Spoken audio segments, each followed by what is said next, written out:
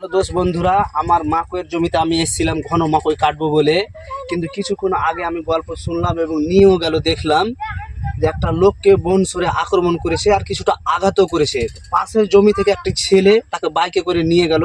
যা হোক, ওই ছেলেটিকে আমার অসংখ্য ধন্যবাদ। মানুষের উপকার করেছে, সহযোগিতা করেছে, আর এটাই হলো মানুষের মানবিকতা। তো প্লিজ আমি বন দপ্তরকে রিকোয়েস্ট করছি, এই বন শুয়োরগুলোকে যেন ধরে নিয়ে যাওয়ার ব্যবস্থা করা হয়।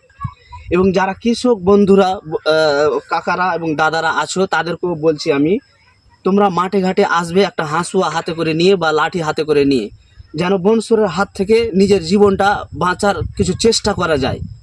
তো এটাই আমি রিকোয়েস্ট করছি, আর বন দপ্তরকে তো রিকোয়েস্ট করলাম তোমরা এটা ব্যবস্থা করবে। আর যারা ছোট ছোট বাচ্চা এই জমি জায়গাতে ঘাস কাটতে আসছো, তাদেরকেও বলছি তোমরা একাই কেউ আসবে না এবং বড় মানুষের সাথে আসবে জমি জায়গাতে। কেননা বন শুয়োর এবং শিয়ালের উৎপাত অনেক হয়েছে, আর কোনো জীবজন্তুকে আগে থেকে আক্রমণ করতে যাবে না, না হলে তোমাকে আক্রমণ করবে। প্লিজ এভাবে কেউ করবে না। আর মাঠে ঘাটে অনেক ফসলকে নষ্ট করে দিচ্ছে সরে, এবং শেখারগঞ্জ বোনা আছে অনেক জমিতে, শেখারগঞ্জও খেয়ে নিচ্ছে। কৃষকের অভিযোগ এগুলো।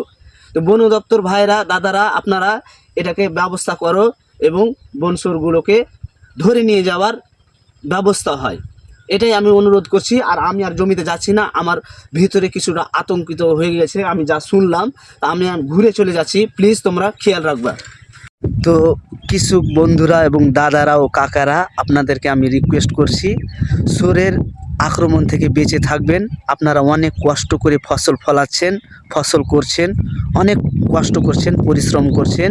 তো প্লিজ শুয়োরের আক্রমণ থেকে আপনারা বেঁচে থাকেন। আর আমি একটা রিকোয়েস্ট জানালাম বন দপ্তরকে, ওই বন শুয়োরের হাত থেকে রক্ষা পাওয়ার জন্য বা বন শুয়োরকে ধরে নিয়ে যাওয়ার ব্যবস্থার জন্য। তো প্লিজ আপনারা একটু তবুও দেখে শুনে মাঠঘাটে আসবেন, জমি জায়গাতে আসবেন, এটা আমি অনুরোধ করলাম। এবং আমার ভিডিওটা ভালো লাগলে